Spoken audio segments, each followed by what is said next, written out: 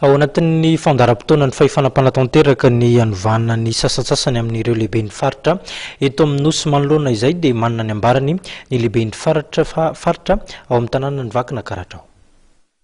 Tsy lahara-pahamehana araka ny fijerin'ny lehiben'ny faritra Vakinankaratra ny fanoloana lehiben'ny faritra. Ho azy dia ny fanatanterahana fifidianana filoham-pirenena ahafahana miala amin'ny krizy lavariny tokony masoana alohan'ny zavatra rehetra. Raha hoe ny fanoloananay lehiben'ny faritra dia eo ny tsara resahana aloha hoe zay ve ny tena mamaika.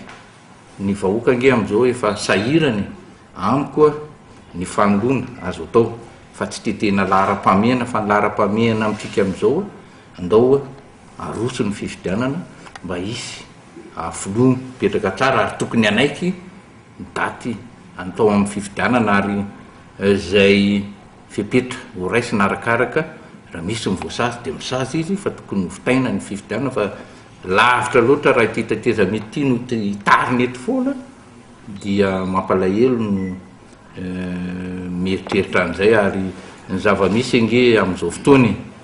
dia hita fa tsisy tony ny fitiavan-tanindrazana fa fitiavan-tenany tsirairay no betsaka ka zay no amiko mbola miteny raha alana amin'ny tsy fiaizako miasa tsy maninona fa raha hevitra hafa kosa na ohatra hoe ny politika na hoe tsy mitovy fijery amin'ny rakotana arabe raha izany no entina manala ny teny eto mampalahelo ihany. Raha ny fandaharam-potoana izay voafaritra tao anatin'ny filan-kevitry ny gouvernemanta farany teo dia raha ampitso anatin'ny filan-kevitry minisitra izay tanterahana no anapahana mikasika amin'ny fanesorana ny lehiben'ny faritra ary fanendrena ny mpisolo toerana.